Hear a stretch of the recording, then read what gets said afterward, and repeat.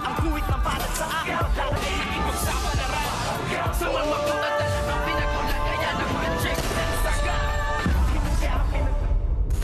Good morning and welcome sa aking munting channel. Tuluyan na ngang nag-resign itong ang si Lena bilang isang pulis dito nga sa kanilang pinuno o namamalakad sa police station, at dito nga ay siya ngayon ang tampukan ng usap-usapan sa loob nga ng police station, na kung saan nga ay nakasasabat niya pa ang dalawang kasamahan niyang mga pulis na hindi nga kakampi nitong si Rigor. At dito nga ay sinabihan pa siya na baka nga daw siya nag-resign ay siya ay buntis, at natumbok nga ng isang pulis kung bakit nga siya nag-resign ay dahil nga sa siya ay nagdadalang tao, ngunit pilit niyang itinanggi ang katotohanan na siya nga ay tunay na nagdadalang tao, at nagyabang pa nga itong si Lena. Ano kaya ngayon ang gagawin ni Lena at ni Rigor once na malaman nga ang katotohanan kung bakit nga siya nag-resign, at maaari nga ding matanggal sa trabaho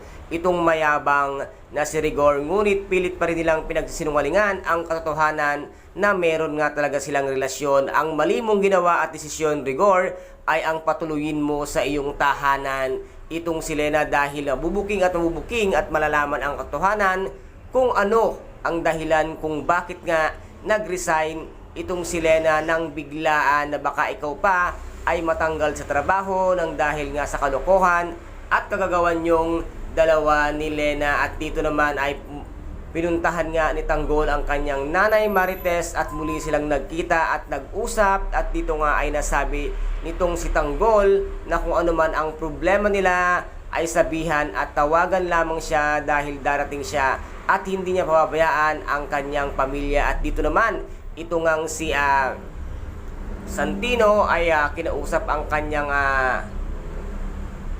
boss, at sinabi nga niya dito na kung kailan siya uri magkakaroon ng laban, dahil nga gusto niya na muling lumaban at nang matupad ang kanyang mga pangarap at maiyahon sa hirap ang kanyang magulang, dahil ito nga lang ang kanyang alam na makakatulong sa kanila ang maging isang sikat na buksingero, ito ngang si Santino. And guys, ito po ang ating pakaabangan mamayang gabi dito nga sa tinaguriang pambansang teleserye FPJ, ang Batang Quiapo. At kung nagustuhan po ninyo ang aking videos for today, paki-subscribe na lamang po ng aking channel, paki-like and share para maging update kayo sa lahat ng gagawin kong videos. Maraming salamat po. Ingat, God bless, and bye-bye!